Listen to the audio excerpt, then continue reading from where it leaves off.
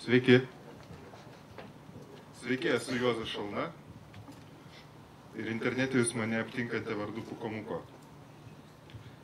Aš turiu blogą. Ir jums galėčiau šiek tiek papasakoti, kaip jis atsirado. Tai viskas prasidėjo maždaug prieš 10 metų su lemputėmis mirksinčiu modemu. Ir maždaug metus prabrausinęs internetą aš supratau, kad kiekvienas save gerbiantis internautas turėtų turėti savo namų puslapį. Aišku, tada aptikus namų puslapį, tai vidutinis statistinis puslapis mus pasitikdavo žmogeliukų su lopeta geltonoj dykumoj.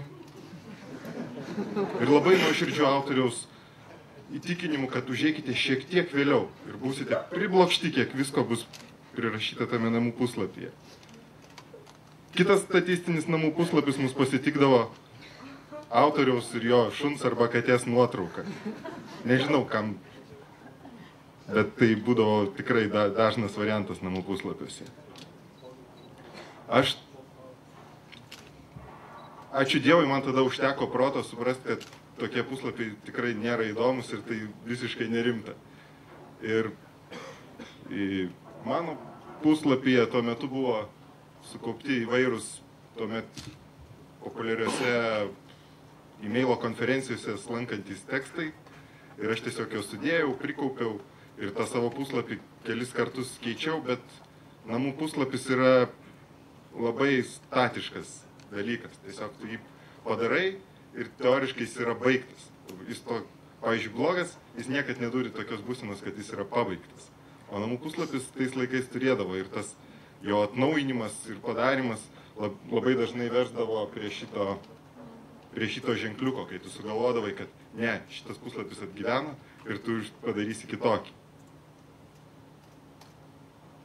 Taip, todėl atsibodo atgaminti tuos vis naujus namų puslapius ir keletą metų turėjau štai tokį namų puslapį, kuris, aš manau, tikrai labai drąsus yra. Ir tada, maždaug 2001-aisiais, aš pagaliau ir iki manęs atėjo tas žodis blogas ir aš supratau, kad toks formatas man padės lengviau pateikti internete tai, ką aš noriu.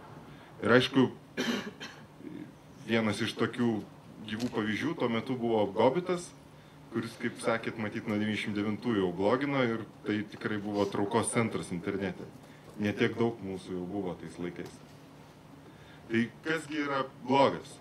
Blogas tai iš tikrųjų yra nesibaigiantis tualetinio popieriaus rutulėlis, kur kiekvieną dieną gauni po lapelį ir turėtum jį gan sėkmingai išnaudoti. Ir tas galimybė, kad tu turi kiekvieną dieną tą tuščią lapelį, yra tikrai labai įkvepianti ir leidžia pasireikšti. Tai kita problema, kai rašai blogą ar turi namų puslapį. Namų puslapis buvo labai paprasta, tu turi ten kažkokią temą ir prisidedi daug tekstų. Arba paveiksliuko, arba dar kažko. Arba visą savo kačių kolekciją sukaupi.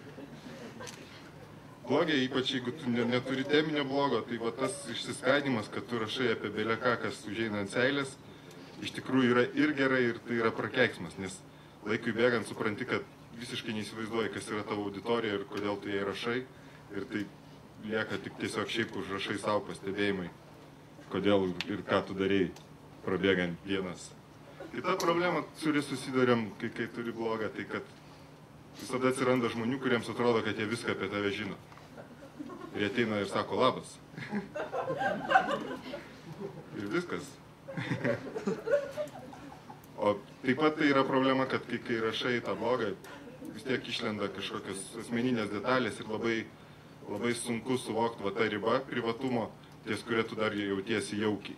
Tai nežinau, visiems noriu patarti apsispręsti, kur tai jūsų jaukumo riba. Ir nežinau, ačiū labai, kad pakvietėte šitą konferenciją. Tiek tos ir garbės.